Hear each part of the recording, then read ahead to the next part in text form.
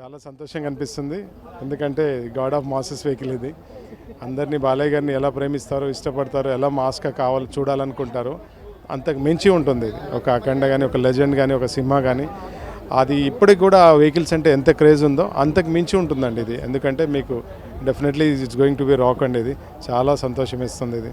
Sir కార్లోకి ఇందాక చూసినప్పుడు అయితే మాకు అనంతపూర్ అనేది చాలా హైలైట్గా కనిపిస్తుంది. ఏంటి అనంతపూర్ స్పెషాలిటీ అంటే డిసెంబర్ 5th చూడబోతున్నారు ఈ అనంతపూర్ ఏంటనేది. ఎందుకు కార్ మీద అనంతపూర్ అని పెట్టారు, డిసెంబర్ 5th చూస్తారు మీరు. ఎందుకు ఈ వెహికల్ ఎందుకు ఇలా డిజైన్ చేయమని అడిగారు, ఎందుకు చేశాము అనేది కమింగ్ షార్ట్లీ అండి. ఇందాక కూడా ట్రీజర్ చూశారు కదా, that's going to be rocking అండి. నెక్స్ట్ లెవెల్ ఉంటుంది. చాలా మూవీస్లో చాలా చేశారు.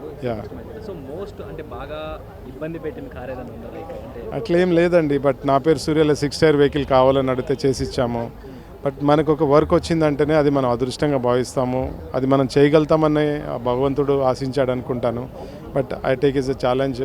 బట్ 100% మేము సక్సెస్ అయ్యామండి ఆ విషయంలో. థ్యాంక్ యూ అండి.